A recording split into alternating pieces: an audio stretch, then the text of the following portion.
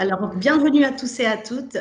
Ce café virtuel a l'idée de vous donner plus de pistes pour savoir comment vous faire accompagner d'un pôle de compétitivité et pour les projets de recherche et d'innovation.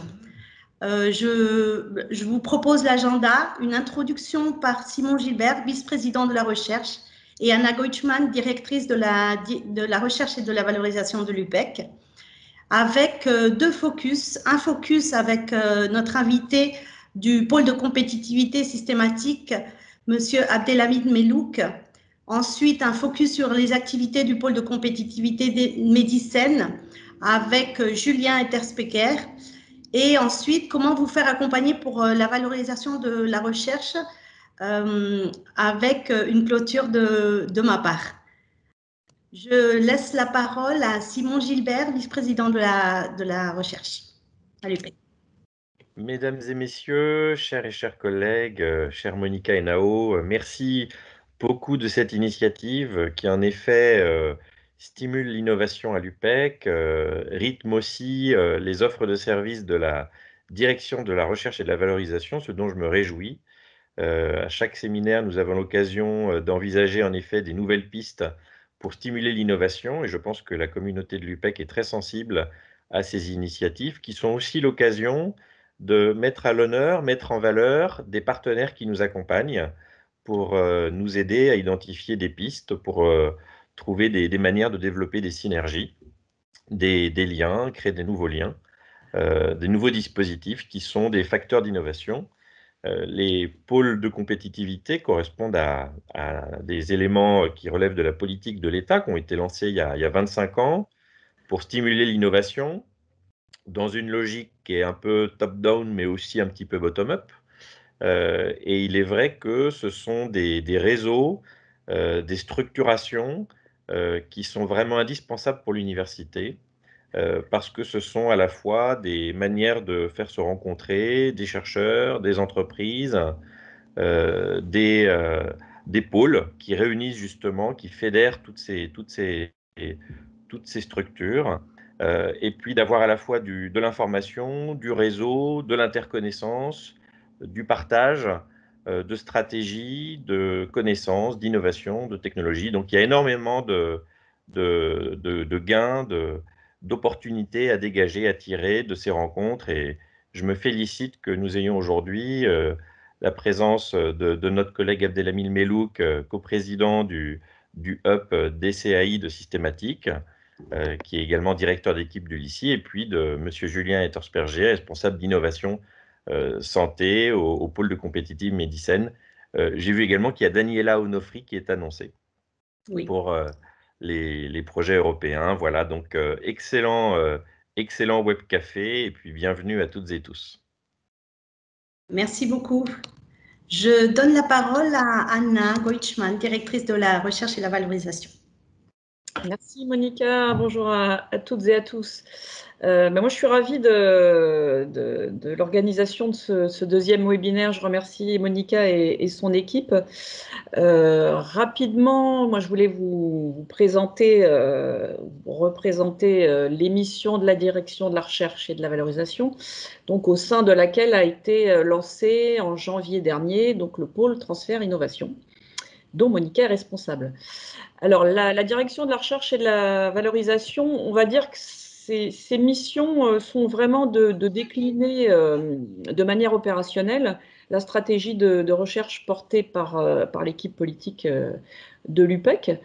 Et notamment, une de nos missions, c'est d'animer les instances de la recherche qui votent donc les grandes orientations de la politique scientifique et puis également les crédits donc attribués à la recherche.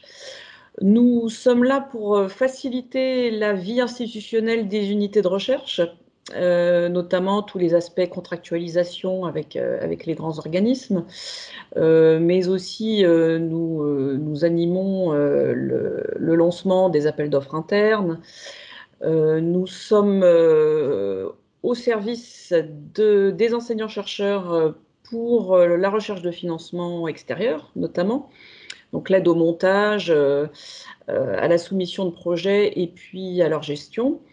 Et alors, une mission qui existait déjà, hein, mais on l'a inscrite en rouge, c'est toute l'activité, justement, transfert innovation. C'est vrai que cette activité était présente, mais on n'avait pas d'équipe dédiée. Et en fait, on se rend compte aujourd'hui, notamment avec l'évolution de la stratégie de la SAT Erganeo, qu'il est important que l'on prenne ou que l'on reprenne la main sur la détection des résultats innovants. Donc on va, dès que la situation sanitaire nous le permettra, on reviendra au sein des unités de recherche sur le terrain pour rencontrer les enseignants-chercheurs et puis pour co-construire avec eux les projets et on va dire les suivre en proximité. Alors, merci Monica.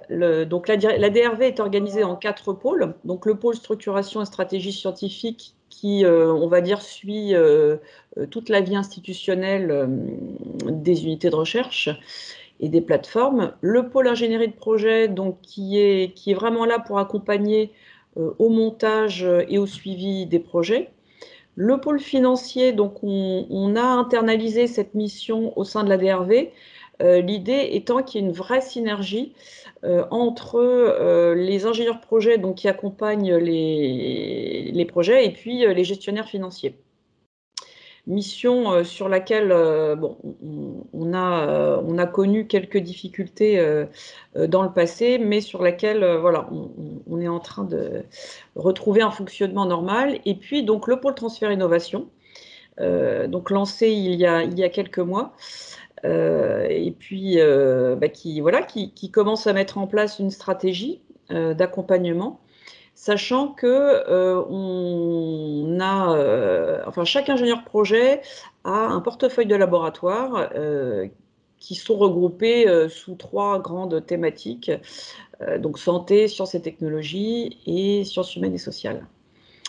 Alors, quelques indicateurs en progression, et là, je dirais que la trajectoire, on est vraiment en plein développement, et c'est grâce à vous hein, aussi. On ne fait qu'accompagner les nombreux projets et les nombreuses initiatives qui sont menées au sein des laboratoires. Donc, on a une augmentation des indicateurs quantitatifs, hein, le nombre de contrats gérés, les enveloppes gérées, les indicateurs liés à la valorisation. Et puis, moi, ce que je souhaite aussi, c'est qu'on puisse mettre en place des indicateurs aussi qualitatifs qui permettent aussi de mesurer la manière dont on vous accompagne, peut-être une enquête de satisfaction dans quelques temps, pour qu'on puisse aussi, je dirais, nous améliorer sur des aspects plus qualitatifs. Voilà, j'en ai terminé pour ma présentation. Je pense qu'il y aura un temps de questions-réponses après les interventions. Et puis, voilà, je vous remercie à nouveau de votre présence aujourd'hui. Merci beaucoup, Anna, pour cette présentation. Je donne la parole à Abdelhamid Melouk, membre du directoire et coprésident DSAI, et qui va se présenter. Merci. Bien, merci beaucoup, Mika. Avant toute chose, bonjour à toutes et à tous. Bon, je me présente un peu dans un premier temps. Moi, je suis un collègue de l'IPEC aussi.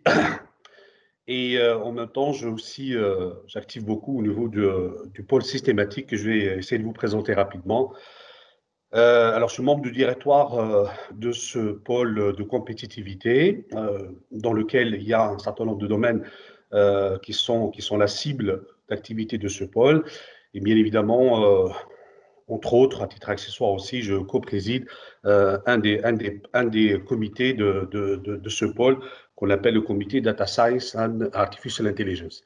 Alors, Monica, comment veux-tu qu'on fasse? Voilà, c'est ça, très bien. Donc, merci beaucoup. Alors, par rapport très rapidement, hein, on a peut-être à peu près une dizaine de minutes pour qu'on puisse donner après derrière la possibilité aux collègues de poser des questions. Le pôle, il se présente sous la forme que vous avez là. Donc, vous savez que c'est un écosystème qui est, alors, le pôle, physiquement, géographiquement, pardon, il est situé sur le plateau de Saclay, mais bien évidemment, il agit sur toute l'île de France. Donc ça, c'est important, c'est important. L'UPEC, on est membre, ça aussi, c'est important de le mentionner. On a plus de 900 membres adhérents à ce pôle, entre, bien évidemment, là, vous avez sur le visuel, la catégorisation de l'ensemble des adhérents qu'on peut retrouver au niveau de ce pôle. Donc, je vous laisse un peu apprécier justement l'étendue et puis les possibilités surtout qui sont offertes éventuellement à nos chercheurs académiques, à nos enseignants-chercheurs, de pouvoir profiter de cet écosystème. Donc, plus de 600 startups, TPE, PMI, 140 grands groupes, 140 académiques. Je pense que vous savez à peu près un peu ce genre de choses, mais retenez bien que c'est quand même un écosystème qui est très, très ouvert sur les académiques et bien au contraire, qui pourrait aussi, je pense, faire profiter un peu le réseautage, justement, par rapport à nos enseignants-chercheurs et puis à nos enseignants, enfin, à nos chercheurs qui souhaiteraient éventuellement monter un certain nombre de projets. Slide suivant. Alors, alors, voilà. Donc là, je vous donne un peu rapidement pour que vous puissiez un peu vous en faire une idée. L'écosystème qui regroupe un certain nombre de partenaires académiques. Bien évidemment, comme je vous l'avais dit, il y a l'UPEC, mais comme vous le remarquerez ici, il y a quand même les grands ensembles académiques de l'Île-de-France et puis même au-delà qui sont membres de ce pôle. Slide suivant. Pareil pour la partie PME, ETI, c'est les petites entreprises, la partie start-up. Donc là aussi, vous en avez un certain nombre qui vous permettent, encore une fois, et sur différents types de thématiques sur lesquelles je reviendrai un peu plus tard, et qui permettent aussi, entre guillemets, d'accompagner éventuellement le montage d'un certain nombre de projets. À slide suivant, sur les grands groupes. Donc, de par son nom, vous l'avez remarqué, systématique, on est dans l'approche ingénierie des systèmes. Donc, c'est pour ça qu'aujourd'hui, c'est le pôle français, voire européen, autour de tout ce qui est deep tech. Donc, du coup, c'est quelque chose qui peut, je pense, intéresser énormément les collègues de l'UPEC pour l'accompagnement et pour le montage d'un certain nombre de projets. Slide suivant. Alors, comment se structure le pôle ? Ce pôle-là, le pôle de compétitivité systématique, il se structure en domaines, on va dire ça comme ça, plus un certain nombre de ce que nous appelons, nous, d'enjeux transversaux. Alors, les domaines, vous en avez 6. Je les passerai rapidement en revue. Il y en a même, ça c'est, je vous donne d'ailleurs, on va dire, une nouvelle qui n'est pas encore complètement publique, mais il y a même la création d'un 7e comité qu'on appelle le comité drone, donc autour de tous les aspects drone. Donc, au lieu de 6, vous allez avoir 7 comités que nous appelons des hubs et qui regroupent à la fois des industriels, bien évidemment, qui sont actifs ou présents dans le domaine, soit des grands groupes, soit des petites entreprises, soit des PME, soit des startups, soit des ETI, et aussi les académiques. Et vous avez après derrière un ensemble d'enjeux transversaux. Slide suivant, je vais vous présenter maintenant rapidement, peut-être en revue, les CE, parce que le 7e, celui peut-être ça intéressera quelques-uns qui sont présents dans ce webinaire. Le 7e, c'est autour des drones, tout ce qui est, donc il y a une très grande activité de drones qui est en train de se monter aussi. Donc là, je ne vous le présenterai pas parce qu'il est encore aujourd'hui en création, mais le directoire l'a déjà voté. Donc vous avez 6 domaines particuliers. Alors, ces 2 domaines qui sont bien évidemment, vous l'aurez compris, autour de tout ce qui est nouvelles technologies, autour de tout ce qui est système, hein, parce qu'on est dans l'ingénierie des systèmes. Alors, vous avez ce qu'on appelle le data science, artificial intelligence, j'essaierai de dire un peu ce qu'il en est. Vous avez le cyber security, vous avez tout ce qui concerne l'infrastructure et le réseau, enfin les capteurs, ou ce que nous appelons aujourd'hui l'Internet des objets ou l'Internet of Things. Vous avez aussi tout ce qui concerne un peu le numérique et derrière, en termes d'ingénierie, l'optique et je finirai par l'open source. Slide suivant. Alors, je vais passer maintenant en revue peut-être rapidement, dans le peu de temps que nous avons, vous donner un peu une idée de chacun de ces comités-là. Alors, le premier d'entre eux, c'est... je pense que vous savez tous qu'aujourd'hui, on parle beaucoup effectivement d'intelligence artificielle. Donc, c'est tout ce qui est autour de sciences des données et de l'intelligence artificielle. Alors, c'est un comité que j'ai le plaisir et l'honneur de le co-présider justement avec Thalès.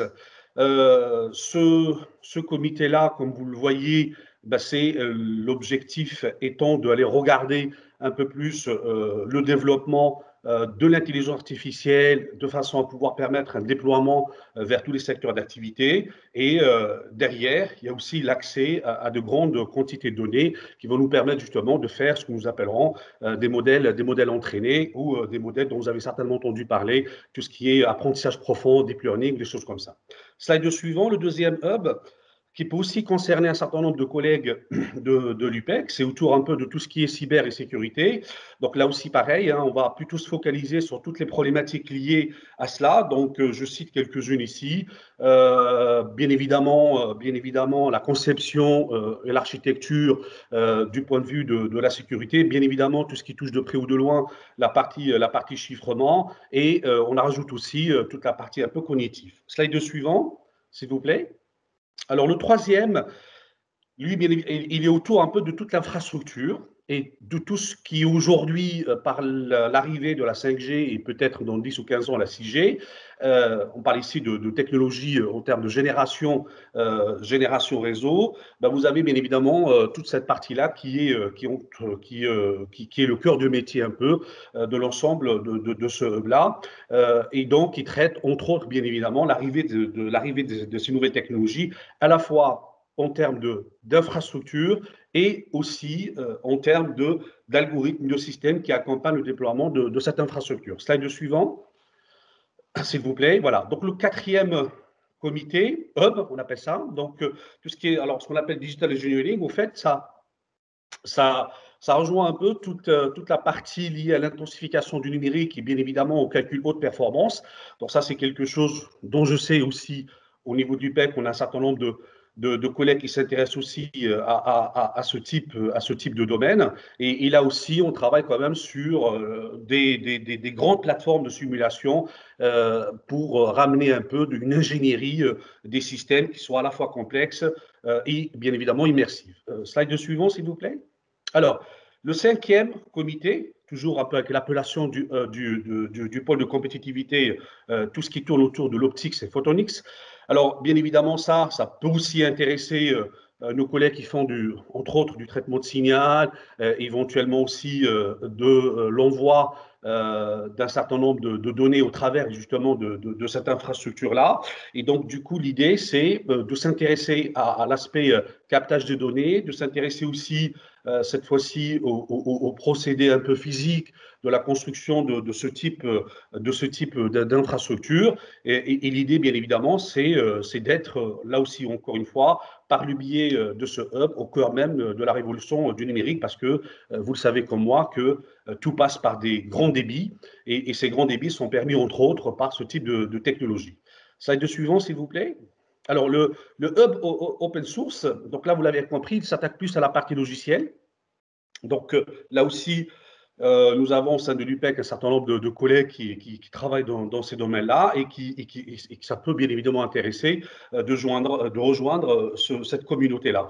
Alors, l'idée de ce hub, l'idée de ce comité, c'est de pouvoir travailler sur les migrations, entre autres, vers l'open source et puis trouver aussi des passerelles qui permettent justement de pouvoir relier un peu ce qu'on appelle les réseaux de communication, c'est-à-dire la partie télécom pure et la partie informatique. Slide suivant, s'il vous plaît. Alors voilà, donc là vous avez peut-être ce qui pourrait aussi intéresser un peu les collègues, c'est de voir un peu les différents types d'accompagnement qu'on pourrait avoir une fois effectivement qu'on intègre un peu ces comités-là. Donc ça va, vous l'aurez vu, de tout ce qui est bien évidemment alliance stratégique, ça va encore une fois de tout ce qui est développement, ça va encore une fois de tout ce qui est écosystème, ça va encore une fois de tout ce qui est réseautage.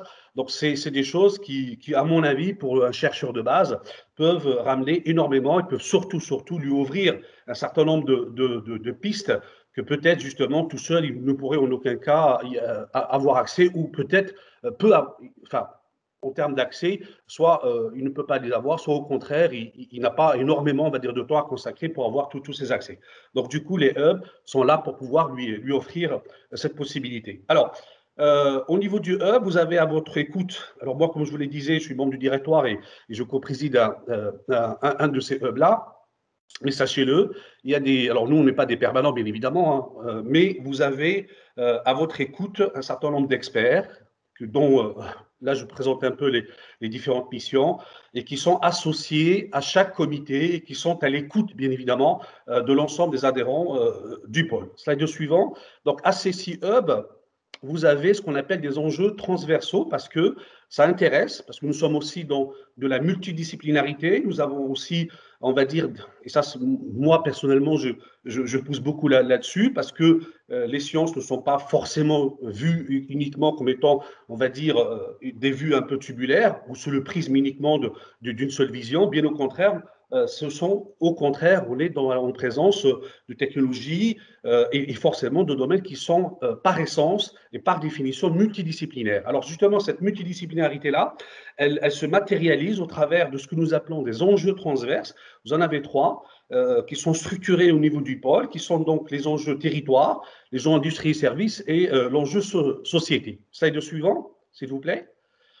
Donc, pour le premier enjeu territoire, alors, vous aurez compris qu'ils n'ont pas la dénomination de hub parce que justement, ce sont des enjeux, enfin, c'est des thématiques qui sont plutôt transverses à l'ensemble des 6 domaines, voire des 7 domaines que je vous ai présentés juste avant. Donc, celui des territoires, bah, bien évidemment, vous l'aurez compris, là, on est vraiment au sein même de la transformation digitale des services qui doit se faire dans une optique justement plutôt ouvert vers les citoyens.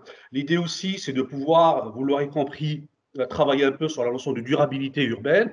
L'idée aussi, c'est de pouvoir optimiser un certain nombre d'enjeux, bien évidemment, qui sont au cœur même du développement des territoires. Et vous l'aurez compris, pour cet enjeu-là, pour cet enjeu transverse, ben, il regroupe un certain nombre de thématiques qui vont à la fois de l'IA, qui vont à la fois de l'infrastructure, qui peut aussi attaquer tout ce qui est cybersécurité et autres.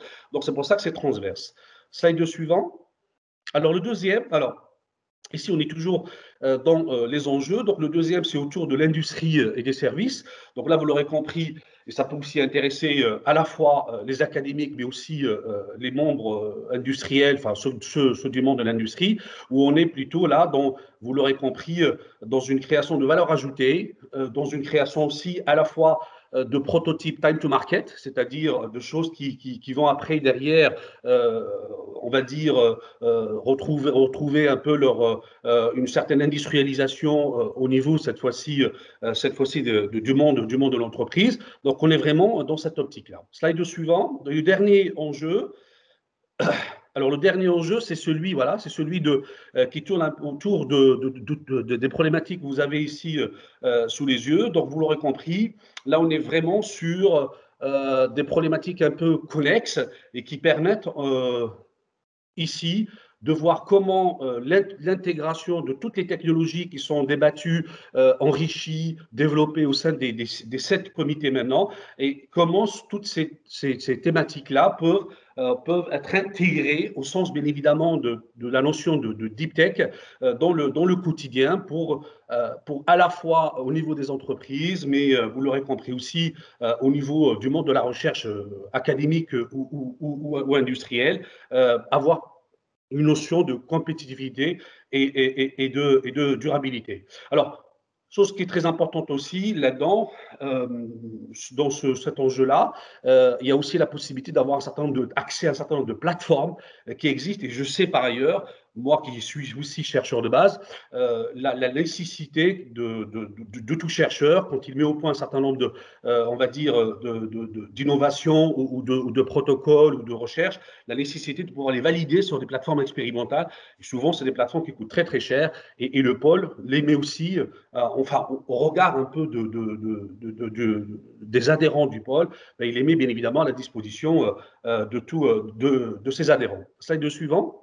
Voilà. Donc là, l'idée, c'est de vous présenter rapidement une petite synthèse un peu de ce que je viens de vous dire, à la fois sur la partie territoire, et vous aurez compris que l'objectif étant de faciliter la vie de tous les jours dans un monde durable, c'est très important. Donc, vous savez tous aujourd'hui l'importance effectivement de cette notion. On a tous vu un peu l'émergence d'un certain nombre de projets qui attaquent, enfin qui ciblent plutôt cette dimension-là. Pour l'enjeu industrie et services, on est plus, vous l'aurez compris, là-dedans sur de l'amélioration de la compétitivité et l'accélération du développement. Et sur le troisième enjeu qui est autour de la société, ben là on est effectivement sur tout ce qui est là-dessus, participation à la construction justement de tout ce qui est avenir meilleur et autres, mais ça cible là, vous l'aurez compris, des domaines très particuliers comme la santé. Donc ça c'est très important pour l'UPEC éventuellement, mais on verra aussi peut-être dans le pôle de Médicène qui vont vous présenter ça tout à l'heure, qui sont plutôt ciblés sur toutes les problématiques santé. Mais sachez-le, là-dessus nous on les voit plus par l'apport de tout ce qui est ingénierie des systèmes. Slide suivant. Voilà. Alors maintenant il faut que je vous ai présenté un peu l'ensemble à la fois des comités, ce qu'on appelle les 7 hubs, et puis les enjeux que vous avez ici, qui sont des enjeux par essence transverses. Allons maintenant sur un peu qu'est-ce que peut apporter le pôle, bien évidemment, à la fois aux académiques, mais aussi à l'ensemble de ses adhérents. Donc, slide suivant. Donc là, c'est toujours pareil, c'est les experts qui sont à votre écoute, comme je vous l'ai présenté au niveau des hubs. Donc, slide suivant. Alors, donc du coup, quelle est l'offre de service? Je pense qu'on est aussi là pour présenter cette offre de service et qui pourrait intéresser les enseignants-chercheurs et les chercheurs de l'UPEC et nos différents laboratoires qui sont à l'UPEC. Donc, cette offre de service, comme vous le voyez ici, elle est… Alors, attention parce que vous n'avez… Bon, c'est pas grave, mais ce n'est pas du tout les bons slides.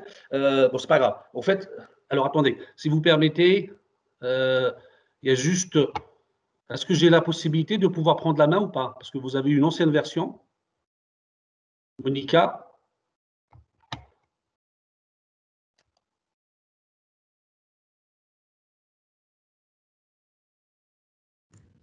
Oui, je vous laisse prendre la main. Voilà, merci beaucoup. Enfin, très rapidement, parce que sur cette partie-là, je pense que c'est très important que vous puissiez aussi voir, voilà, c'est celle-là en fait que je voulais vous montrer. Vous puissiez aussi voir un peu les différentes. Alors, je ne sais pas si vous arrivez à le voir, c'est bon pour moi? Monica, c'est bon? C'est un peu petit. Vous arrivez à voir? On le voit petit. Alors, dans ce cas de figure, regardez Monica, ce que je vais faire, c'est que je vais arrêter le partage et vous allez passer à la slide d'après, celle que vous avez à votre niveau. D'accord. Donc, allez-y. Parce que peut-être que chez vous, voilà, très bien, c'est celle-là que je voulais. Merci beaucoup. Alors, justement, par rapport à l'offre de service qu'on peut vous présenter, qu'on présente un peu à l'ensemble des adhérents du pôle, qui soient académiques, qui soient grands groupes, ou qui soient, on va dire, ce qu'on appelle PME ou ETI, c'est-à-dire les petits groupes ou start-up, au fait, on peut les voir sur 4 aspects. Le premier aspect est autour un peu de tout ce qu'on peut ramener, enfin tout ce que peut le pôle de compétitivité par le biais de son écosystème ramener autour de la notion de développement et d'accélération qui peuvent être là aussi, et je pense que c'est très très important pour les académies que nous sommes, c'est de la mise en relation au sein de l'écosystème avec un certain nombre de partenaires qui sont clients potentiels bien évidemment. C'est aussi de l'accompagnement sur un certain nombre de leviers de croissance. Là, ça s'adresse beaucoup plus à la partie industrielle. Vous avez aussi, ce qui est important aussi à voir, c'est la partie qui concerne tout ce qui est R&D. Donc, comme vous l'avez remarqué, nous sommes très présents, enfin, le pôle est très présent sur les projets donc liés à l'innovation. Et là-dessus, l'accompagnement qui pourrait être fait, ben, c'est un accompagnement qui est bien évidemment sur, et ça c'est très important, et je rejoins ce que disait Madame la directrice de la DRV tout à l'heure, c'est quelque chose qui importe beaucoup, ne serait-ce que par rapport aux chercheurs de base, c'est la possibilité justement d'avoir une information sur les différents guichets, les différentes opportunités. Il y a aussi un certain nombre de webinaires qui sont programmés un peu comme celui qu'on est en train de faire aujourd'hui, mais il est fait par le biais du pôle, qui permettent là aussi de présenter à l'ensemble des chercheurs, à l'ensemble des académiques, les différents guichets, les différents appels. Et je sais, moi-même étant chercheur de base, je sais toute l'importance, bien évidemment, d'avoir cette information. Je sais aussi toute l'importance, sachant que de l'autre côté, les chercheurs que nous sommes sont aussi pris beaucoup par leurs missions respectives et qui n'ont pas forcément le temps, bien évidemment, d'avoir accès à ce type d'informations. Donc le pôle amène aussi cette information par le biais, entre autres, des différentes structures qui existent au niveau des universités, mais peut aussi directement informer l'ensemble des chercheurs sur ces aspects-là. On organise aussi au sein du pôle ce que nous appelons des Hub Days.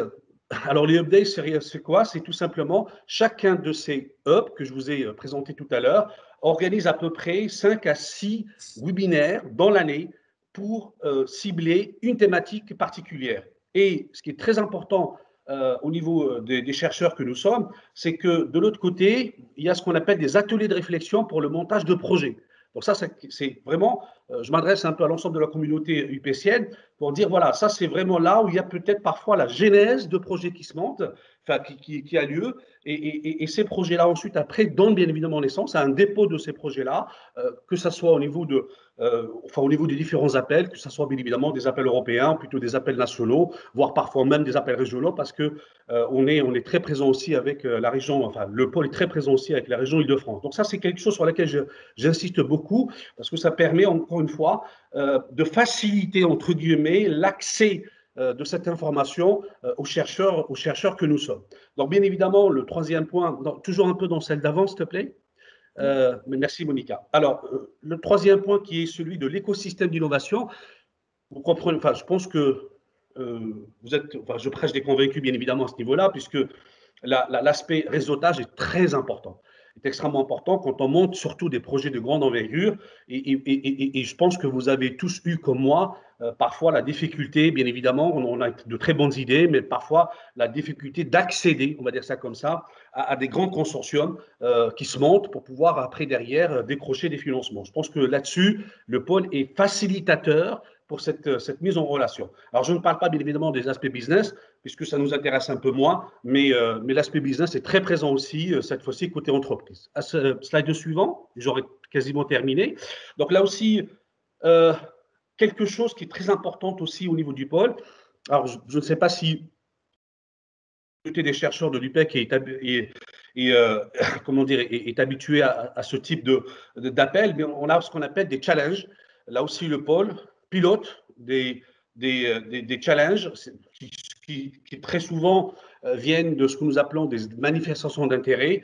Et parfois, le pôle, qu'est-ce qu'il fait? Il va piloter ces challenges-là à la place plutôt où il sous-traite la partie pilotage de ces challenges par rapport aux financeurs. Ça veut dire quoi? Ça veut dire que le pôle est décideur sur ces aspects-là, de par lorsqu'on lui attribue un challenge particulier, le pôle est décideur justement de la mise en œuvre de ce challenge, et c'est là où il a besoin, entre autres, quand je dis besoin, ça veut dire qu'il fait appel à des équipes académiques pour pouvoir justement travailler sur ces challenges-là. Et ça aussi, c'est quelque chose d'extrêmement important dans la vie du pôle. Slide suivant. Alors, le deuxième slide, donc vous l'aurez compris, bien évidemment, c'est des choses qui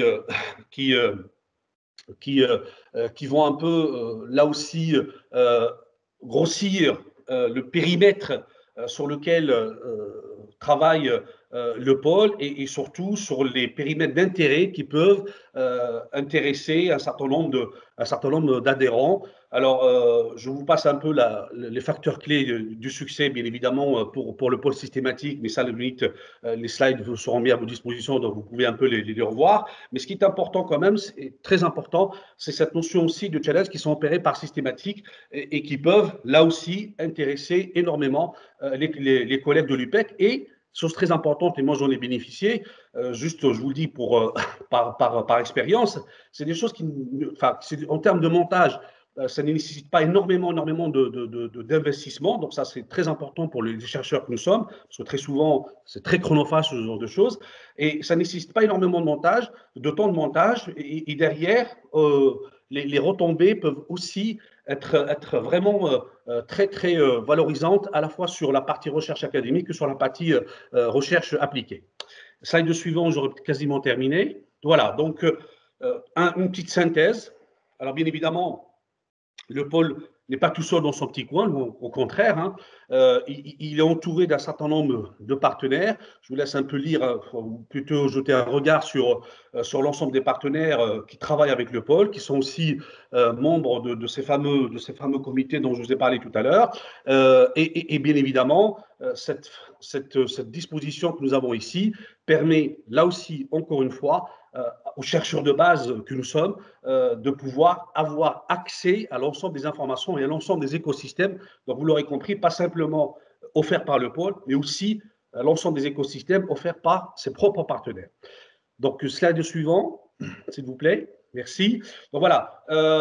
Là, vous avez certainement entendu parler. Donc là, nous sommes aussi dans la partie un peu stratégique.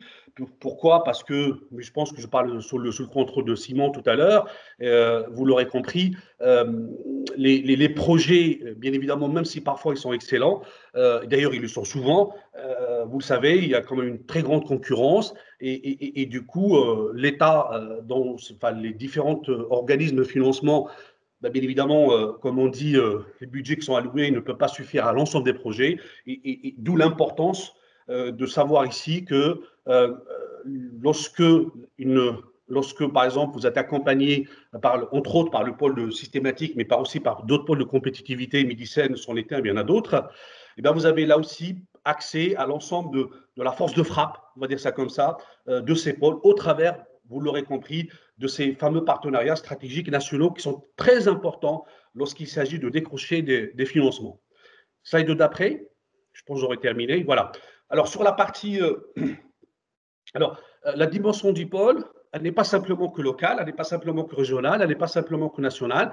Elle est bien évidemment aussi au-delà, puisqu'il y a tout un accompagnement qui se fait au travers de ces nombreux partenaires à l'étranger aussi pour l'accompagnement et le montage de projets à la fois au niveau de l'Europe et on sait tous l'importance des crédits qui sont alloués à ce titre-là. Et c'est important pour nous, c'est important pour nos labos de recherche. Donc, il y a aussi cet écosystème qui met à la disposition des adhérents. Et je vous laisse un peu regarder. Bon, nous, on met en avant un peu le triptyque, l'accompagnement très important, l'incitation extrêmement importante. Et bien évidemment, je n'oublie surtout pas le troisième aspect, qui est celui de l'influence, parce que, encore une fois, vous le savez, vous avez certainement été aussi, on va dire, témoin de ce genre de choses. Votre projet peut être excellent, mais derrière, il faut quand même aussi travailler sur la partie influence et la partie, j'ai pas envie de dire du lobbying, parce que c'est un terme que je n'aime pas trop, mais quand même, ça veut dire que quelque part, il faut aussi aller très, très en amont. Un projet ne se gagne pas facilement. Bon, je pense que vous le savez tous. Un projet doit aussi être accompagné, surtout quand il s'agit de grandes sommes d'argent, un projet doit aussi être accompagné par tout un aspect influence. Et je finirai peut-être sur le dernier slide, celui d'après, me semble-t-il. Voilà. Donc, alors, juste avant, ça sera le mot de la fin. Donc, voilà, c'est ce qui m'a été demandé. Alors, moi, j'ai un peu la double casquette. Ce qui m'a été demandé, c'est de pouvoir un peu vous présenter ce que peut vous amener le pôle de compétitivité. Je vous ai présenté à la fois, vous l'aurez compris, les domaines de compétences qui peuvent, j'en suis sûr, intéresser beaucoup de chercheurs de l'UPEC. Je pense que c'est vraiment un plus, d'accord, par rapport à l'ensemble, à la volonté de montage de projets au niveau des labos de recherche. Je rajoute aussi un élément important. Alors, on n'est pas simplement, et vous l'aurez vu, pas simplement dans le domaine, on va dire, technique ou technologue, on est aussi dans un domaine pluridisciplinaire. Donc, on le voit bien aujourd'hui, Et moi, je suis tout à fait d'accord avec ce qu'essaie de piloter, enfin ce que pilote Simon au niveau de l'UPEC, c'est justement cette transversalité, d'accord, cette multidisciplinarité, hein, parce qu'on n'est plus dans des approches plutôt tubulaires, on est plutôt dans des approches qui, pour le succès, on va dire ça comme ça, d'un aspect particulier, doivent croiser plusieurs types de compétences. Et là-dessus, j'en suis complètement convaincu. Donc du coup, pour terminer, le pôle, qu'est-ce qu'il vous offre?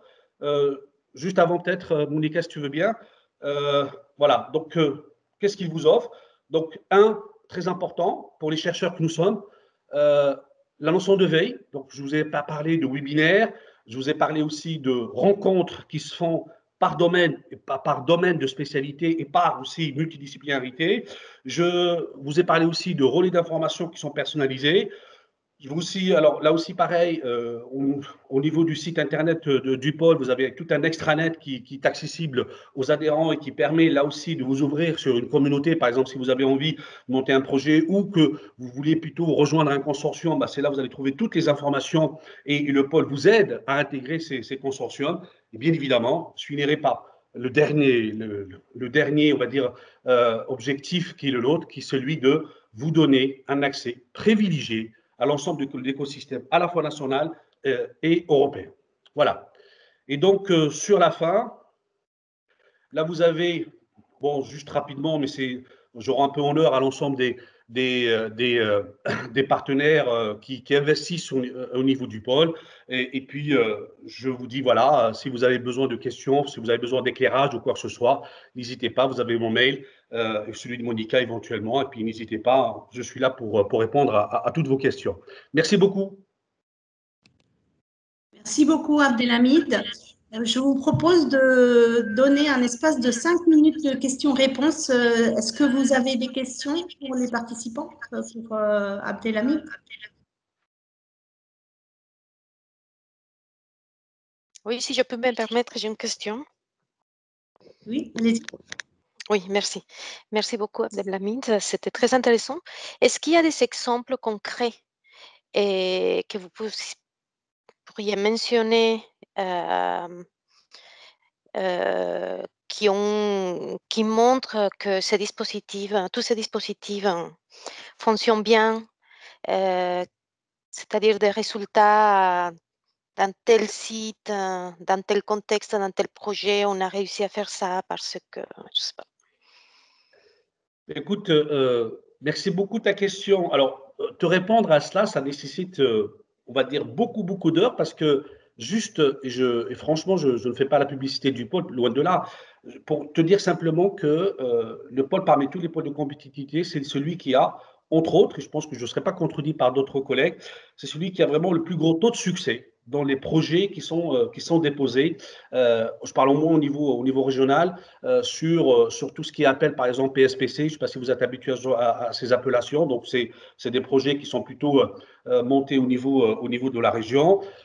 Vous avez aussi toute la partie, le pôle a aussi beaucoup de liens avec la BPI. Donc là aussi, vous avez tous compris qu'aujourd'hui, la BPI, la Banque publique d'investissement, devient vraiment on va dire, bon, je n'utiliserai pas ce terme-là, mais devient vraiment le bras armé de l'État pour le financement d'un certain nombre de projets d'innovation.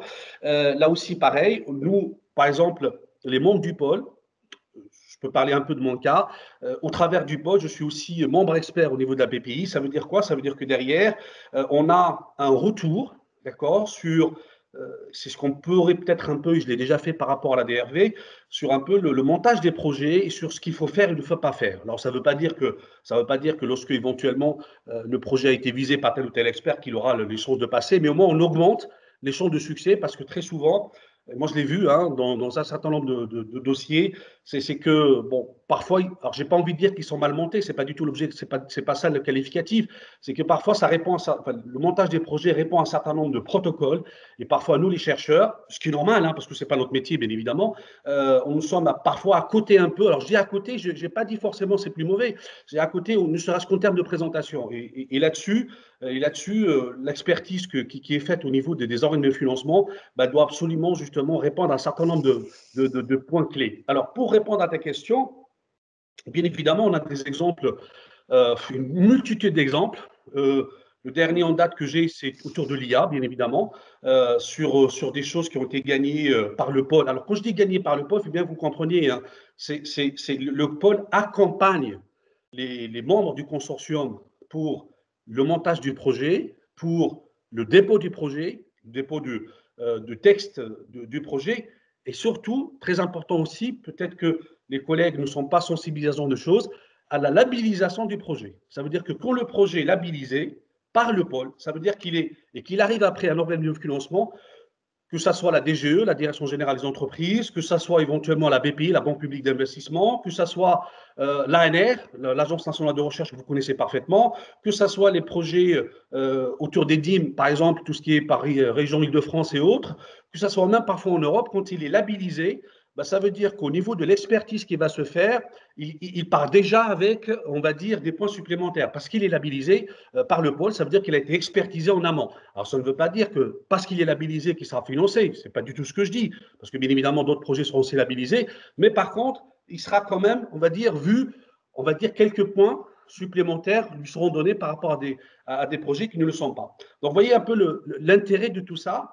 Et très important aussi, moi, bon, c'est vrai que je parle un peu je partage un peu mon expérience parce que quand j'avais débarqué là-dedans au tout début, je peux t'assurer que j'ai pris des claques, hein, parce que justement, je ne savais pas comment m'y prendre, tout simplement. Parce que les projets, bah, très souvent, je considérais que c'était de très bons projets, mais malheureusement, ils ne passaient pas.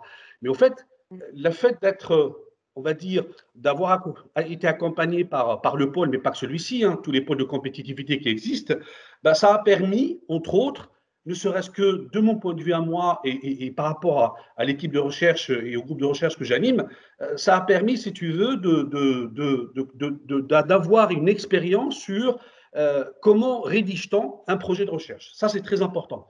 Je sais que nous, on est plutôt, toi comme moi, comme tous ceux qui sont présents ici, on est plutôt orienté vers les articles de recherche, les articles académiques, et c'est une très bonne chose, et c'est notre job en premier. Mais la rédaction de ces fameux projets, ben, elle répond parfois à d'autres objectifs. Et ça, malheureusement, si vous n'avez pas, on va dire, une expertise qui est ramenée par des gens qui en ont l'habitude, très souvent, malheureusement, je dis bien malheureusement, ben, on passe à côté. Je ne sais pas si j'ai répondu, mais dans le cadre des projets qui ont été accompagnés par le pôle, je peux te dire, tu n'as qu'à aller voir sur le site qui est ouvert d'ailleurs, site public du pôle de compétitivité, et vous aurez un peu tous les projets à la fois sur la partie IA que j'anime moi, la partie intelligence artificielle que j'anime au sein de Systématique, mais sur l'ensemble des autres pôles, tu verras un peu l'ensemble effectivement des projets qui ont été labellisés. Merci beaucoup, Abdelhamid. Oui, Abdelhamid, est-ce que tu aurais un exemple en ce moment présent réellement ponctuel pour illustrer Alors, j'en ai beaucoup, j'en ai plusieurs. Alors, il y en a un que je ne peux pas encore dire parce qu'il vient d'être finalisé, donc on dépose, enfin, il sera déposé, d'accord? Et ça, de toute façon, les gens qui nous ont accompagnés au sein de la DRV d'ailleurs, hein, au moins pour la partie UPEC, ils sont au courant parce qu'on est soumis, comme je vous l'avais dit, et ça, je pense que Simon est très sensibilisé à ce genre de choses, on est soumis à ce que nous appelons des NDA, c'est-à-dire des choses sur lesquelles on ne peut pas parler tant que bien évidemment, et je peux simplement vous dire que, pour répondre à ta question, il y a des choses qui se montent un peu dans le domaine médical et qui sont autour un peu de la 5G, bien évidemment. Et aujourd'hui, ce sont des choses dont je peux parler et qui sont aujourd'hui dans l'étape de l'expertise. Mais tu en as d'autres, par exemple, tout ce qui tourne autour un peu de tout ce qui est santé, de tout ce qui est un peu nouvelles technologies, bien évidemment, de tout ce qui est éthique. Très important parce que tout à l'heure, j'avais parlé de SHS, de sciences humaines et sociales. C'est extrêmement important. La présence, c'est pour ça que je parlais de multidisciplinarité. C'est vraiment important. Aujourd'hui, un projet, même s'il est technologue, parce que vous avez bien vu que le systématique, c'est plus de la technologie, on est plus dans la partie ingénierie des systèmes. Mais sachez-le, si aujourd'hui un projet n'est pas accompagné par des collègues qui ont la compétence, qui ont effectivement le savoir-faire, autour de tout ce qui est monde de l'éthique, autour de tout ce qui est juridique, autour de tout ce qui est effectivement impact sociétal et autres, je peux vous assurer que le projet ne passera pas. Donc, c'est un aveu, on va dire ça comme ça, parce que moi aussi, j'étais plutôt technologue et je ne voyais que les choses du point de vue de la technologie. C'est un aveu entre guillemets, pas d'échec, au contraire, mais c'est juste pour vous dire qu'aujourd'hui, la tendance a complètement changé sur à peu près ces 5 dernières années, et c'est très important d'avoir la dimension, ce que j'appelle moi SHS, mais c'est au-delà de, bien évidemment, de sens humain et social. Hein. C'est très important d'avoir effectivement la présence de cette partie-là dans les projets de technologie commande. Je ne connais aucune commission d'expertise qui validerait un projet si derrière il n'y a pas cette dimension à la fois éthique, à la fois retombée sociétale, à la fois légale, qui ne sont pas présentes. Donc c'est un appel bien évidemment à l'ensemble des. Je sais qu'au sein de la communauté UPEC, on a beaucoup, et heureusement, de compétences dans ces domaines-là. Et je pense qu'il ne faut pas, comment dire, s'arrêter. Il ne faut pas juste poser ses propres freins, bien au contraire. Il faut aller au-delà parce que vous êtes les bienvenus. Merci, Abdelhamid. Est-ce que tu Juste souhaites un commentaire, participer? Monica. Oui. C'est pour dire que même dans les dossiers qui sont aujourd'hui dans la politique de l'État les plus techno, et Laurent Buisson du SGPI, le secrétariat général pour l'investissement qui écrit les PIA en fait, l'a rappelé dans un webinaire il n'y a pas longtemps.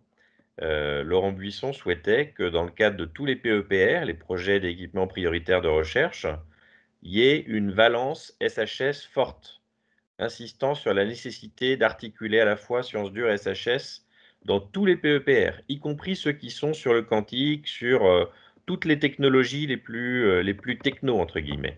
Donc c'est vraiment, enfin je suis d'accord avec ce qu'observe Abdelhamid, hein, c'est vraiment une tendance lourde. Ah, c'est même plus que ça, Simon, si je peux me permettre d'aller dans le sens que tu viens de dire. C'est plus qu'une tendance lourde. Moi, je pense, dans tous les projets que j'ai vu passer, parce qu'avec ma casquette de co-président d'un des hubs qui, quand même, comme tu le sais aujourd'hui, dans un domaine extrêmement porteur, celui de l'intelligence artificielle, comme tu le sais, s'il n'y a pas dans tout projet que nous on labellise, donc là vraiment j'ai la casquette de celui qui c'est un problème expertise. d'éligibilité en fait après. Voilà, c'est vraiment critère d'éligibilité. Donc bienvenue, et franchement je rejoins ton message. Mes collègues, tout ce qui est SHS, alors moi j'aime pas trop le terme sciences dures et sciences molles. Vous m'excuserez parce que je parle pour tout ça, c'est des domaines effectivement de compétences. Mais voilà, c'est vraiment un message à l'ensemble effectivement de la communauté. Et je sais qu'à l'UPEC, on a vraiment de très grandes compétences là-dedans. Et ça serait dommage qu'on passe à côté. Je vous remercie pour vos commentaires. Nous devons passer à la présentation suivante. Alors, Monica, j'ai peut-être pris un peu plus que 10 minutes, mais moi, je suis obligé de vous quitter. Comme je te l'avais dit, j'ai aussi un autre engagement, et je remercie donc l'ensemble des collègues, l'ensemble de la DRV déjà de m'avoir donné la possibilité de vous parler de ce pôle et de l'expérience qui est la mienne. Et je vous dis à très bientôt et bon week-end. Avant que tu partes, est-ce qu'on peut te contacter après? Bien sûr. Alors, Oui, tu nous donnes cette autorisation de te chercher. pas de souci.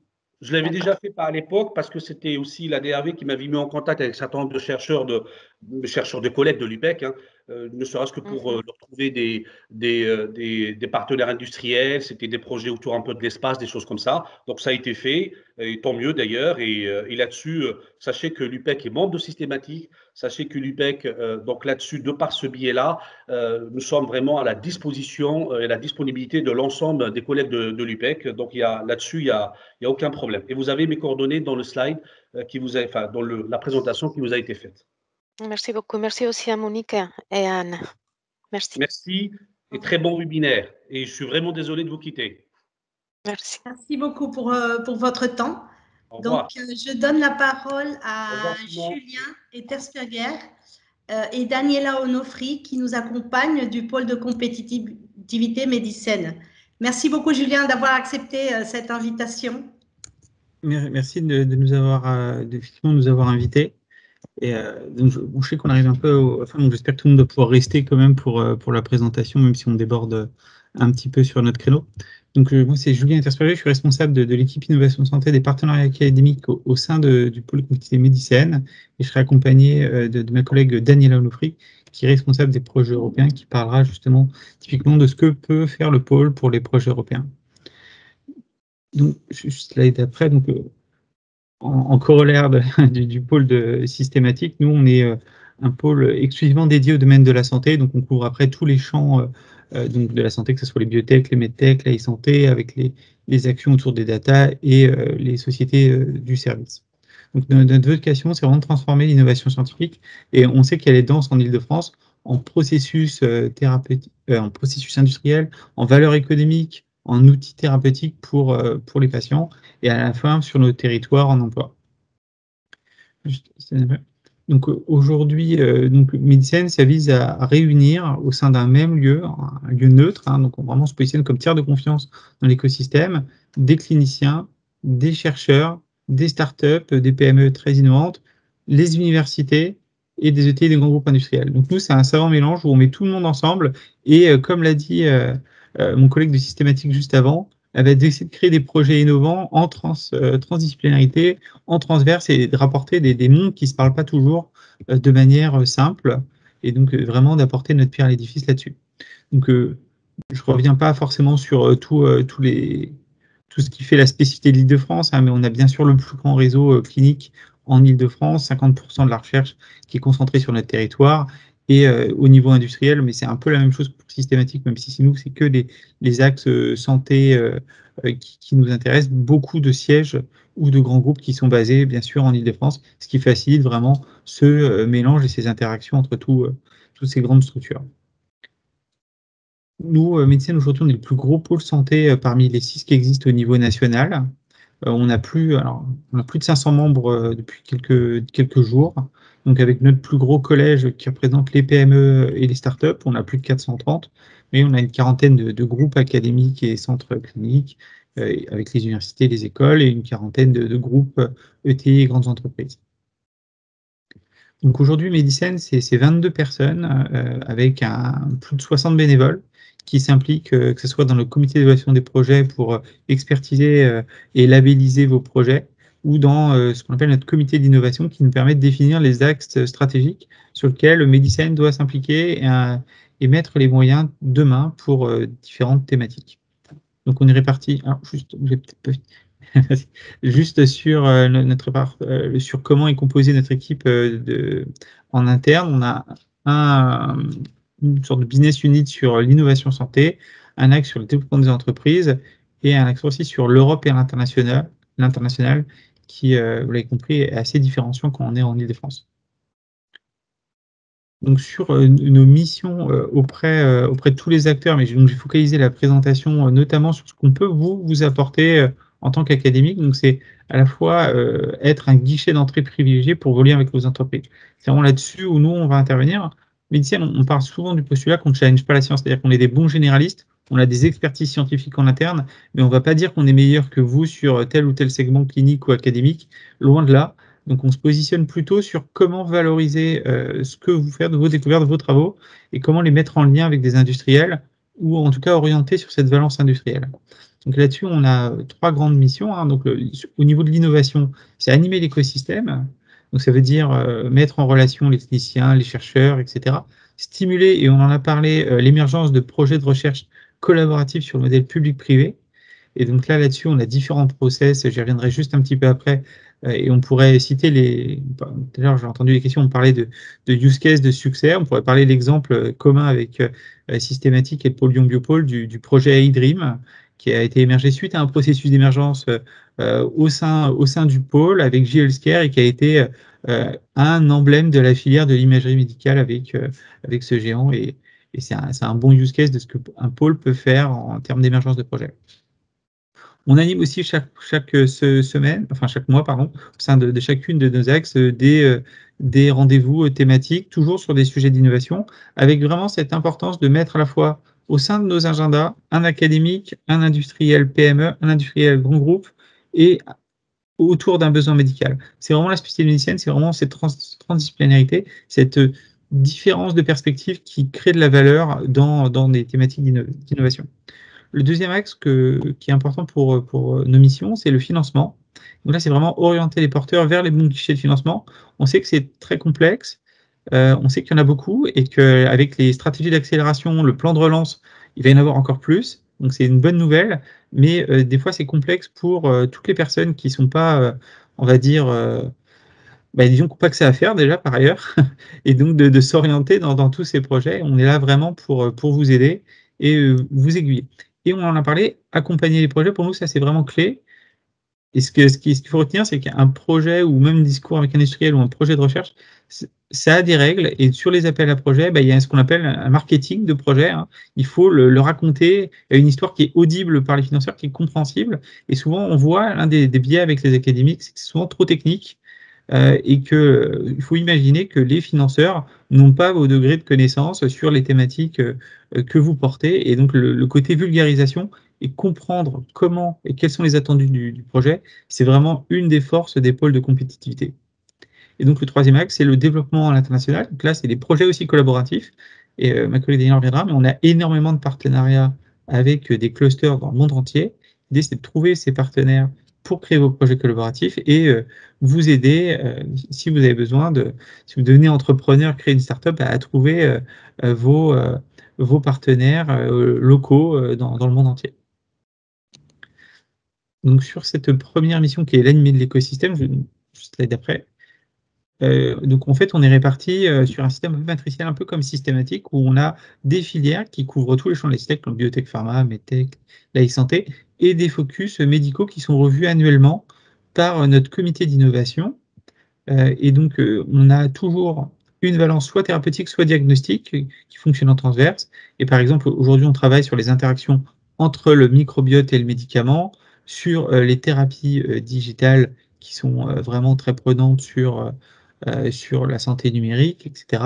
En diagnostic, on a notamment le diagnostic avec l'imagerie médicale, le diagnostic in vitro, et je pense qu'avec la pandémie, on a compris l'importance de ce genre de test pour le Covid notamment.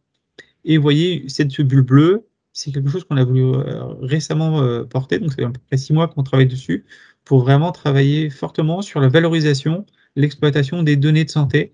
Aujourd'hui, les données de santé deviennent massives, elles sont partout, et on a décidé d'allouer des ressources à la fois pour contribuer à structurer cet écosystème en parallèle et en complémentarité avec le HDH, ces structures qui émergent assez régulièrement. Donc, juste quelques petits exemples de ce qu'on peut faire. Vous voyez, sur des exemples de commissions mensuellement, de la mise en relation, de l'accompagnement de projet. Un exemple d'émergence de projet qu'on a lancé au premier semestre sur les maladies cardiovasculaires, qu'on a appelé AMI Cavities. Donc, des consortiums qui sont toujours en cours de montage et on espère qu'ils vont aller jusqu'au bout et que derrière, ils seront en plus financés. Comme ça, on aura aussi d'autres belles histoires à raconter. Mais montrer un peu cette spécificité, vraiment de mettre tout le monde ensemble. Alors là, c'était pas dans la même salle, mais on sait que ça marche mieux quand c'est en physique, mais en tout cas, même en digital, ça a marché, et c'est une sorte de grand matchmaking qui vous permet de trouver vos partenaires.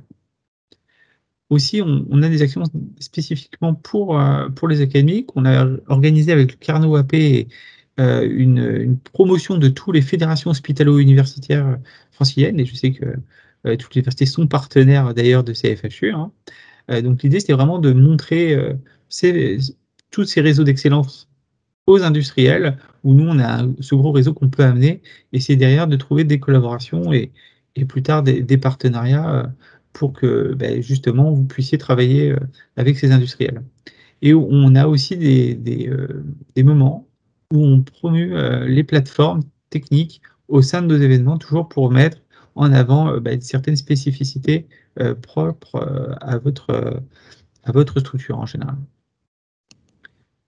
Donc ça, c'est aussi d'autres séries d'événements, juste pour montrer un peu tout le panel. On a des événements au niveau national, pour les académiques, pour les PME, des informations sur tout ce qui est l'accès au marché. Hein, ça intéresse beaucoup, et même si on pense que c'est pour plus tard, il faut toujours s'intéresser à comment on arrive au marché, comment le produit qu'on développe, comment l'innovation qui sort des labos va arriver in fine sur le marché. Et donc tout ça, ça correspond vraiment à tout le panel et tout le spectre que peut couvrir Medicène. Donc ensuite, j'en ai parlé, l'un des points importants, c'est vraiment l'orientation dans la jungle des guichets de financement. Et on sait qu'on est fort en France pour faire du multicouche. Hein. Donc, j'ai mis, je crois, Voilà, donc ça, on a développé depuis 2005, depuis notre création, un process d'accompagnement à destination de nos porteurs de projets innovants qui les aident justement à marketer au mieux leurs projets, à bien comprendre les critères d'éligibilité et les facteurs de succès associés, ce qui nous permet d'avoir un taux de succès en bout de ligne pour ceux qui utilisent notre process d'accompagnement supérieur à ceux qui ne l'utiliseraient pas. Donc, schématiquement, ça se résume en 4 grandes étapes. La première, c'est l'aide au montage. Donc, c'est à la fois pour les projets collaboratifs des recherches de partenaires européens, nationaux ou régionaux, ou tout simplement, on passe du temps pour vous décrypter ce qui est vraiment attendu dans l'appel à projet. Ça, c'est vraiment quelque chose qui peut prendre beaucoup de temps parce qu'il y a le texte du cahier des charges et vous le voyez sûrement dans vos recherches de financement. Le texte et la réalité, c'est des fois un petit peu différent. Il faut bien comprendre ce qu'attend le financeur une fois qu'il a écrit ce cahier des charges. Et nous, justement, comme le pôle systématique l'a si bien dit, on est en contact avec les BPI, on est en contact avec l'ENEM, on est en contact avec le SGPI pour justement être capable de comprendre ce qu'il y a derrière les personnes qui ont, enfin, ce que les gens ont derrière la tête, de comprendre ce qu'ils voulaient dire entre les lignes et qu'on puisse justement vous dire, bah, finalement, oui, le cahier des charges, votre projet, il est techniquement éligible, mais c'est pas ce que les financeurs attendent. Et ça, on le dit régulièrement à nos porteurs et on est là vraiment pour ça dans le pôle. Deuxième étape, c'est l'accompagnement de projet, où là, vraiment, on va passer du temps, on va mobiliser un bénévole de notre comité pour un senior de l'industrie pharmaceutique ou académique, il va passer du temps et il va challenger votre projet. Et à la fin, vous passez devant notre comité d'évaluation des projets, composé de justement d'une quarantaine de membres. Et en général, il y a 10 membres qui sont toujours là, qui vont vous challenger sur votre projet et vous faire ces recommandations. Et donc, l'ensemble du process, ça donne lieu à la labellisation des pôles, pour ceux qui l'ont déjà eu, et ce qui est le gage de crédibilité et de succès supplémentaire en général auprès des financeurs. Donc ça, c'était juste pour montrer un petit panorama de toutes les aides où on intervient. Donc il y a du collaboratif, il y a de l'individuel, il y a de l'académique, il y a de l'industriel, etc. Donc on a un large spectre. La bonne idée pour tous ces appels à projets, c'est d'avoir un peu le réflexe médicène. C'est vous, si vous avez un appel à projet, vous dites, est-ce que le pôle peut vous accompagner? Est-ce qu'il peut vous aider à augmenter vos chances de succès? Contactez-nous et on vous dira si oui ou non, on a un processus d'accompagnement. Et dans tous les cas, on pourra vous dire un petit peu ce qui est attendu derrière tel ou tel appel à projet. Donc, en termes de chiffres, maintenant, effectivement, parce qu'on a assez de retours, on a environ à peu près, depuis notre création, 1830 projets d'innovation, au sens très large du terme. Et on a eu 1200 qui ont été labellisés par le pôle, expertisés par nos membres du comité. Aujourd'hui, il y a 430 projets qui ont été financés, que ce soit des ANR, des PSPC, je vous passe tous les acronymes, mais en gros, ça couvre tous les champs de maturité. Et on est sur un budget d'investissement total de 2 milliards avec plus de 800 millions de subventions accordées par les pouvoirs publics. Donc, en termes de belles histoires, aujourd'hui, pour les académiques, on a accompagné notamment plusieurs projets de Sésame Filière PA l'année dernière. Et donc, pris l'exemple du projet Passerelle porté par le CEA, qui a été financé avec l'Université Paris-Saclay, pour savoir son nom pour ceux qui connaissent. Et donc là, ils sont entrés dans le processus et on les a aidés à améliorer leur projet. Et derrière, on a aussi, quelque part, contacté les financeurs pour dire, voilà, ce projet, on l'a financé, voici les points positifs. De même sur le projet RHU, on sait qu'aujourd'hui, pour ceux qui sont intéressés dans cette thématique, donc les projets de recherche hospitalo-universitaire, ils sont en cours. La prochaine vague, elle se clôture le 1er juillet. Et donc, le projet KTD Innov du professeur Alexandre Loupier, voilà, on l'a accompagné encore une fois sur ce process. Alors, des fois, on a juste un accompagnement, des fois, on passe beaucoup plus de temps pour aider le porteur et trouver des partenaires. Mais à la fin, voilà, ce sont des projets qui reconnaissent le pôle. Et aujourd'hui, sur cette vague RHU, on va avoir vu plus de 60 projets. Donc, on a doublé déjà par rapport à la vague 3, où on avait vu plus d'une trentaine. Pour montrer vraiment que ce gage de reconnaissance et quelque part, les porteurs innovants de projets viennent nous voir pour justement trouver cette expertise qui leur manque. Et donc là, je vais laisser la parole à ma collègue Daniela, juste pour ce passage sur l'Europe. Daniela, le micro n'est pas activé. Oui. Voilà, merci. Bonjour. Bienvenue, Daniela. Bonjour, merci de nous avoir accueillis aujourd'hui. Donc, moi, je suis Daniela Onofré, je suis responsable des projets européens à Médicène depuis 5 ans. Et justement, je m'occupe de toute la partie projet du pôle, dans lesquels nous sommes impliqués en tant que partenaires et que nous souhaitons développer surtout pour créer des actions qui vont au service de l'écosystème français et l'accompagnement aussi de tous nos membres vers les financements européens. Donc, comment ils puissent avoir des financements et développer leurs projets. Donc, dans la slide suivante, quand moi je parle de l'accompagnement justement de notre écosystème, ça veut dire un accompagnement du début à la fin. Donc, où le début, c'est justement le support diagnostique. Et donc, pour cela, on organise des journées d'information, de sensibilisation. Et un exemple, c'est par exemple l'Info Day du 3 juin. Donc, c'est un événement annuel qu'on organise en collaboration avec Génopole et le réseau EN. Et cette année, on donne aussi l'occasion, vu la nouveauté du programme Horizon Europe, de caler des rendez-vous individuels avec les points de contact nationaux, soit santé, soit du programme EIC, accélérateur ou Pathfinder. Donc, une fois qu'on a identifié l'appel à projet, que ce soit dans un des 3 piliers du programme Horizon Europe, du moment où on parle de projet collaboratif, on aide à trouver les bons partenaires. Donc, du moment où, justement, on a besoin de plusieurs pays impliqués, là, on utilise soit notre réseau interne, soit notre réseau européen, parce qu'on est impliqué dans plusieurs projets, dans plusieurs groupes de travail au niveau européen, que ce soit focalisé sur le diagnostic ou plutôt sous la medtech. Et donc là, on est en relation avec plusieurs clusters qui ont un écosystème assez large, et donc on facilite cette mise en relation. Ou par exemple, on organise aussi des matchmaking. Et le prochain, ça sera par exemple le 5 octobre autour du diagnostic. Donc, avec tous les autres clusters européens qui sont dans la thématique et toujours en collaboration avec le réseau EN pour aussi faciliter une mise en relation avec les pharma intéressés justement à des projets de diag. Une fois que voilà, le projet est rédigé, parce que Medicine ne rédige pas les projets pour ses adhérents, après on peut aussi faciliter une mise en relation avec les cabinets qui ont l'expertise et des taux de réussite intéressants selon l'appel à projet, donc le dispositif dont on parle. On organise comme Julien disait, des rendez-vous pour challenger le projet. Et enfin, du moment où le projet est retenu pour nous intéressant, on rédige des lettres de soutien qui sont très appréciées au niveau européen, où on montre que l'écosystème santé français, justement, est intéressé à ce type de projet et qui sera là pour le soutenir dans les bonnes démarches, dans la dissémination, dans la communication, mais aussi dans tous les problèmes qu'ils peuvent rencontrer lors de développement du projet. Et si on rédige cette lettre de soutien, c'est aussi parce qu'il y a la 4e étape, qui c'est la relecture des dossiers. Donc, on relit les dossiers parce que les évaluateurs n'ont pas forcément la même expertise que le porteur de projet. Donc, c'est très important qu'un projet soit clair dans ses objectifs, dans ses actions. Et si, par exemple, moi, que je n'ai pas un background scientifique, j'arrive à comprendre bien le projet, ça veut dire qu'il est bien rédigé. Et donc, c'est important que le projet soit relu par plusieurs personnes afin d'avoir vraiment un point de vue externe pour l'améliorer le plus possible. Et donc, on fait ce type de parcours, que ce soit un appel dans le cadre d'Horizon Europe, mais aussi dans toute la partie projet EITLs, qui c'est justement cette année va intégrer Horizon Europe et que c'est l'Institut européen de la technologie, dont nous sommes membres depuis le 2017.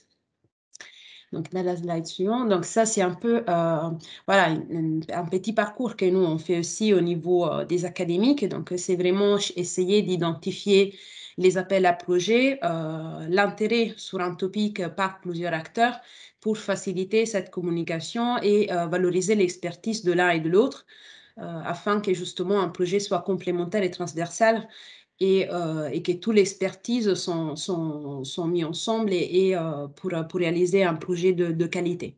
Donc, comme je disais, il y a par exemple un événement dont nous avons participé, donc qui sera le 16 juin. Donc, ça, c'est organisé par le ministère français, belge et des Pays-Bas. Donc, il y a tous les académiques qui vont pitcher leur expertise sur des appels à projets santé global dans le cadre d'Horizon Europe. Et justement, il y a cette facilitation, pardon, où justement on essaye de voir de quelle expertise ils sont à la recherche et comment nous, on peut répondre à ce besoin. Et dans la slide suivante, donc là, c'est pour vous donner quelques exemples sur les projets que nous, on a. Donc, nous, on est partenaire associé, en société de partenaires de Cercle U, qui c'est le projet du réseau européen des universités, coordonné par Sorbonne Université, justement.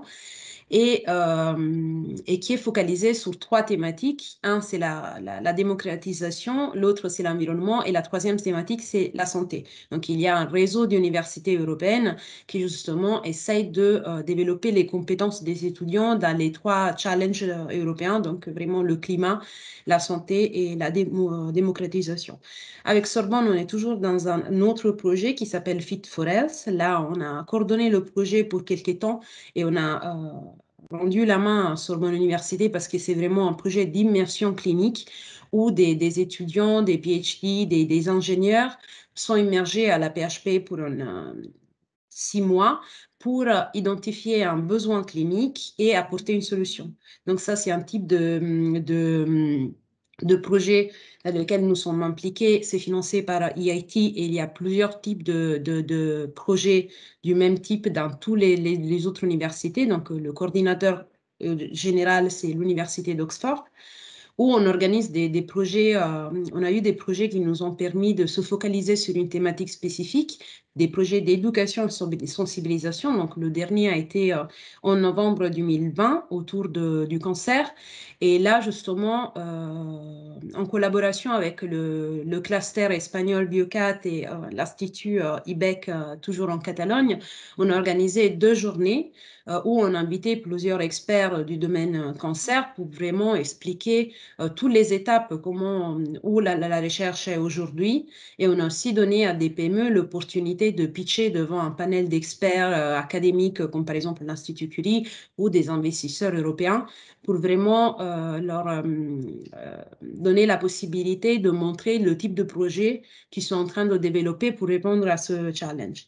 Après, justement, on a encore beaucoup d'autres projets sont très variés. Ça peut partir de la formation au niveau de la blockchain. Donc, qu'est-ce que c'est la blockchain? Comment la blockchain peut vraiment s'impliquer dans des projets santé. Donc, que ce soit pour suivre, pour faciliter la traçabilité des médicaments ou, par exemple, pour sécuriser les données, ou ça peut être aussi toute la partie consentement du patient. Donc là, il y a vraiment des formations qui sont prises en charge par Medicine pour qui est intéressé par la thématique. On a des projets un peu plus liés à la médecine régénérative qui sont des projets de recherche développés par l'Université de Maastricht. Et là aussi, nous, on est plutôt pour garantir le long terme de ce projet, donc faciliter la mise en relation avec des PME, de trouver des nouveaux financements pour développer des nouveaux projets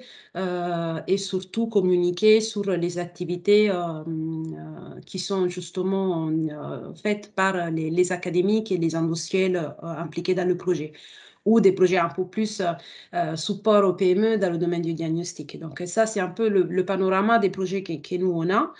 Il y en a beaucoup plus et on est justement, comme Julien le disait, on est impliqué dans plusieurs pays. On a des partenaires un peu en Europe, mais aussi à l'international. Donc là, c'est un peu pour vous donner une idée des pays avec lesquels on collabore et avec lesquels justement on organise des événements ou des délégations. Et juste la slide suivante. Oui, et donc là, nous, on relance ce qui est, c'est la commission académique, donc vraiment pour comprendre comment avancer avec le domaine académique. Et c'est quelque chose que nous, on faisait, qui a été mis un peu en stand-by lors de la pandémie. Et c'est aussi pour faciliter un peu la compréhension des formations existantes qui sont labellisées. Donc, on répond à la labellisation des formations aussi pour voir, et on a fait justement pour ça une étude de compétences pour comprendre quelles sont les compétences qui manquent sur le marché du travail et comment justement en collaboration avec les académiques, on peut répondre à ces besoins et développer ces compétences qui sont très importantes et qui sont recherchées sur le marché. Je ne sais pas si Julien, tu veux ajouter par rapport à ça quelque chose ou... Non, non, c'était très bien. On a vraiment cette réflexion pour accompagner les porteurs de projets jusqu'à l'intégration, enfin, de l'intégration jusqu'à la création. Donc là, c'est une réflexion qu'on mène. On n'a pas encore de solution clé en main pour vous, mais sachez qu'on y réfléchit et que si vous êtes intéressé, bah, vous pouvez contacter à la fois Monica et autres et on essaiera de voir ce qu'on peut faire, nous, Medicine, pour vous aider dans cette transition ou en tout cas dans la création de start-up. Donc juste pour peut-être pour conclure, vous avez vu qu'il y a beaucoup d'actions. On a vraiment focalisé notre présentation d'ENIA sur les enjeux pour vous en tant qu'académique, mais on a bien sûr des actions pour les industriels, pour les grands groupes. Donc le mieux, c'est d'avoir quelque part le réflexe médicienne. Et donc juste peut-être en résumé, on a à la fois des événements dédiés, la mise en relation avec les industriels et l'identification de partenaires et de compétences qualifiées. C'est vraiment ça les 3 points clés qu'il faut peut-être retenir de toute notre présentation. En dehors de, n'hésitez pas à nous contacter. Et donc, on a mis les liens classiques du pôle et on vous attend.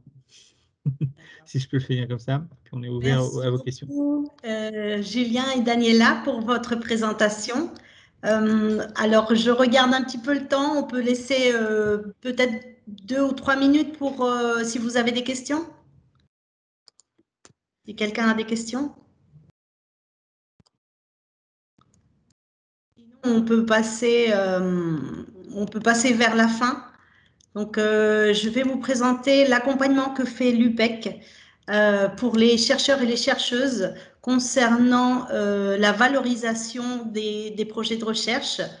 Nous faisons en ce moment la mise en place. Alors, le pôle a été lancé en janvier 2021. Nous n'avons que quelques mois. Mais nous avons beaucoup d'idées, beaucoup d'ambitions et beaucoup de besoins détectés.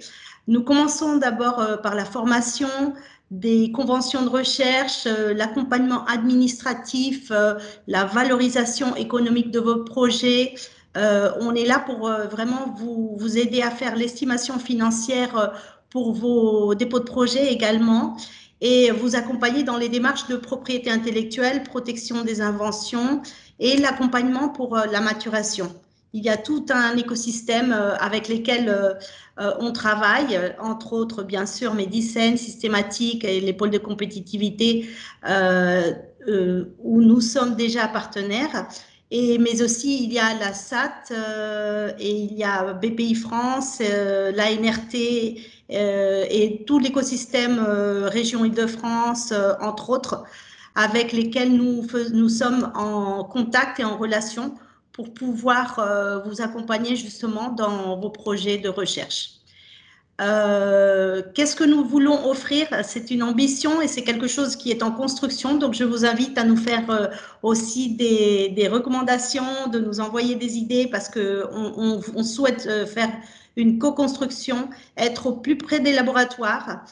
Nous avons déjà commencé des visites au sein des laboratoires et l'idée, c'est de pouvoir vous accompagner de la demande, depuis la demande pour les détections, la prospection et l'expertise en propriété intellectuelle, détecter les projets, vous aider à négocier les conventions et toutes les démarches administratives concernant la signature, et puis ensuite l'analyse et l'accompagnement pour la maturation de vos projets de recherche. Nous avons créé un formulaire Microsoft Forms qui vous permettra de faire vos demandes d'accompagnement. Il suffit simplement de mettre 4 informations. L'information du porteur du projet, donc vous en tant que chercheur ou chercheuse. Ensuite, quelques informations du projet en tant que tel, des informations des partenaires si vous en avez, et puis des dates de deadline. Ce formulaire est accessible via le lien que je vais vous partager au travers de cette présentation. Donc, il est là sur le bouton formulaire Microsoft Forms. Vous pouvez cliquer et il va s'afficher. Voici donc on arrive vers la fin de notre deuxième café virtuel. Nous projetons la prochaine thématique, c'est sur les tests CIFRE. On vous invite également, et l'idée de ces webinaires, c'est de vous écouter de nous dire si vous avez des thématiques ponctuelles que vous souhaiteriez que l'on traite. N'hésitez pas à nous envoyer sur le chat, nous écrire des thématiques qui sont de votre intérêt pour continuer à créer cette suite de webinaires. On prévoit pour cette année de faire entre 5 ou 6 webinaires, 3 pour le premier trimestre, pour le premier semestre, pardon, et 3 à partir entre septembre, octobre, novembre. Voilà, je termine ma présentation. Je ne sais pas si Yana et Simon veulent participer pour faire la clôture. Merci beaucoup, Monica. Alors, je crois que Simon nous a quittés. Il me semble qu'il a mis un message. Moi, je voulais te remercier ainsi que toute l'équipe de la DRV qui s'est mobilisée sur ce webinaire. Voilà, c'est vraiment important de reprendre contact, reprendre le lien. On a hâte de se retrouver, je dirais, en présentiel, comme on dit, pour échanger. N'hésitez pas à nous contacter par mail, voilà, à prendre rendez-vous pour passer nous voir également. On est vraiment à votre service. Voilà, encore un grand merci à l'équipe qui a organisé. Et puis, donc, je vous dis à bientôt. On n'a pas encore la date du prochain webinaire. En tout cas, très bonne continuation à toutes et à tous. Merci beaucoup. Est-ce que quelqu'un aurait une question pour les dernières minutes? Bon, il nous reste 2 minutes. Oui, ben, Des appréciations. C'est très intéressant. C'est surtout des exemples en fait pour s'inspirer. Comment l'accompagnement peut se faire et un exemple réussi. Et comme ça, nous, on s'attache à la façon de procéder. Parce que c'est difficile de se projeter. D'accord, d'accord. On va penser à un moyen de pouvoir traiter cette idée. Merci Dulce Papi d'avoir proposé cette idée. On va éventuellement vous solliciter si vous voulez participer parce que vous avez de belles expériences. Et puis, on va essayer de faire appel également pour les tests chiffres des cas ponctuels, d'appeler des doctorants qui vont parler de leur cas, d'appeler également les encadrants et de faire participer, on va essayer de faire participer la NRT, comme ça on fera en sorte de vous montrer des cas réels et de pouvoir vous accompagner pour vous projeter. Merci beaucoup. Ça, c'est avec plaisir. Merci. Merci à vous. Merci à vous tous et toutes d'avoir participé à ce webinaire.